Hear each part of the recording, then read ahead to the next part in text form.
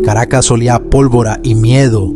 Los primeros días de abril de 2002 no fueron un episodio más en la historia convulsa de Venezuela, sino el preludio de una partida de ajedrez, donde los generales creyeron ser dueños del tablero. Detrás de las consignas políticas y las versiones oficiales se escondía un drama de ambiciones, traiciones y pactos sellados entre militares que durante 48 horas jugaron a ser dioses con fusiles. En la tarde del 11 de abril, cuando una marcha opositora convocada para exigir la renuncia del presidente Hugo Chávez derivó en una masacre, las calles aledañas al Palacio de Miraflores se tiñeron de rojo. 19 personas murieron bajo disparos de francotiradores cuyas identidades aún hoy son un misterio entretejido con acusaciones. Para algunos, fueron pistoleros al servicio del gobierno, para otros agentes infiltrados con agendas ocultas. Lo único claro era que la violencia sirvió de excusa perfecta para que las Fuerzas Armadas entraran en escena. En la madrugada del 12 de abril, un mensaje televisado conmocionó al país. El general Lucas Rincón Romero, entonces ministro de Defensa y hombre de confianza de Chávez, apareció con rostro solemne para anunciar: el presidente ha aceptado renunciar. Las palabras resonaron como un trueno.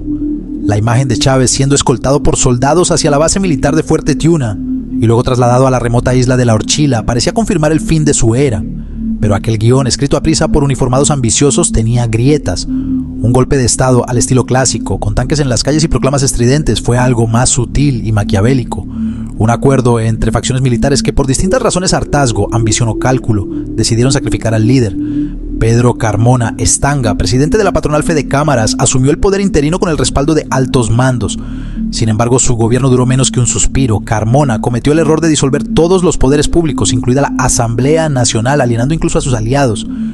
El país se sumió en un vacío de autoridad y en los cuarteles comenzó una carrera contra el reloj. Mientras tanto, en La Orchila, Chávez seguía vivo, y eso era un problema. Su carisma y conexión con sectores populares lo convertían en una figura incómoda, incluso encarcelado. Faltaba una pieza clave para que el tablero se reconfigurara.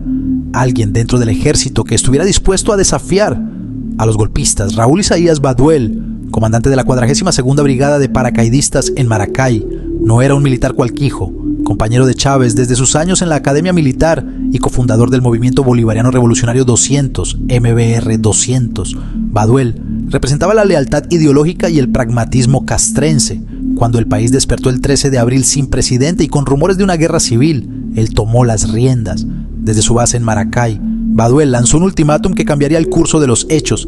Exigió la liberación inmediata de Chávez y amenazó con tomar la base aérea de Barquisimeto, controlada por los golpistas, utilizando todos los medios necesarios.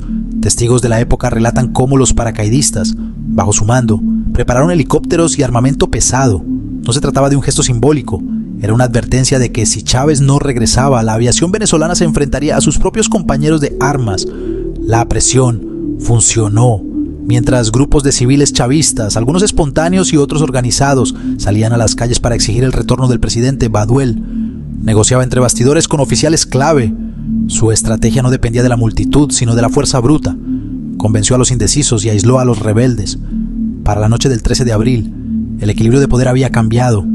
En la madrugada del 14 de abril, Chávez aterrizó en Miraflores escoltado por helicópteros militares. Las imágenes de su regreso, transmitidas en cadena nacional, mostraban a un líder triunfante abrazando a simpatizantes, pero detrás de ese espectáculo había una verdad incómoda. Chávez no volvió al poder por una rebelión popular, sino por un pacto entre uniformados. Baduel había sido el arquitecto, pero su victoria lo colocó en la mira del propio hombre al que salvó. Chávez, astuto y paranoico por naturaleza, no toleraba rivales. En 2006, nombró a Baduel ministro de Defensa, un ascenso que en realidad era una trampa. Lejos del campo de batalla y enredado en la burocracia, el general perdió influencia. Cuando en 2007 criticó la reforma constitucional que buscaba consolidar el socialismo del siglo XXI, su destino quedó sellado. Chávez lo acusó de traición y en 2009 fue encarcelado bajo cargos de corrupción, un supuesto desvío de fondos risiblemente pequeño para un hombre de su rango, $14,000 y 10 millones de bolívares. La verdadera razón de su caída era obvia: había osado cuestionar al líder.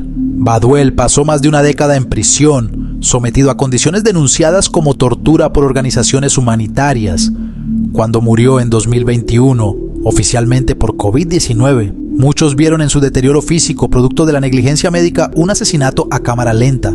Mientras Baduel pagaba el precio de su lealtad inicial, Lucas Rincón El general que anunció la renuncia de Chávez disfrutaba de un destino privilegiado. Tras su breve participación en el golpe, no solo conservó su carrera, sino que fue ascendido a ministro del Interior y Justicia y luego enviado como embajador a Portugal, donde permaneció 16 años. Su habilidad para navegar entre aguas turbulentas sugiere que más que un traidor, fue un oportunista que supo leer el momento exacto para cambiar de bando. La narrativa oficial convirtió el 13 de abril en una epopeya popular donde el pueblo rescató a su líder de las garras de la oligarquía. La realidad fue más cruda. Chávez fue salvado por un general que luego destruyó, mientras otro militar, Rincón, demostraba que en Venezuela la lealtad más rentable es la que se vende al mejor postor. Aquellos días de abril no marcaron el triunfo de la democracia, sino la consolidación de un sistema donde el poder real reside en los cuarteles. Si deseas conocer el desenlace de esta y otras historias, síguenos en nuestro canal de YouTube. Estamos como Primera Línea TV y nos vemos en cualquier momento.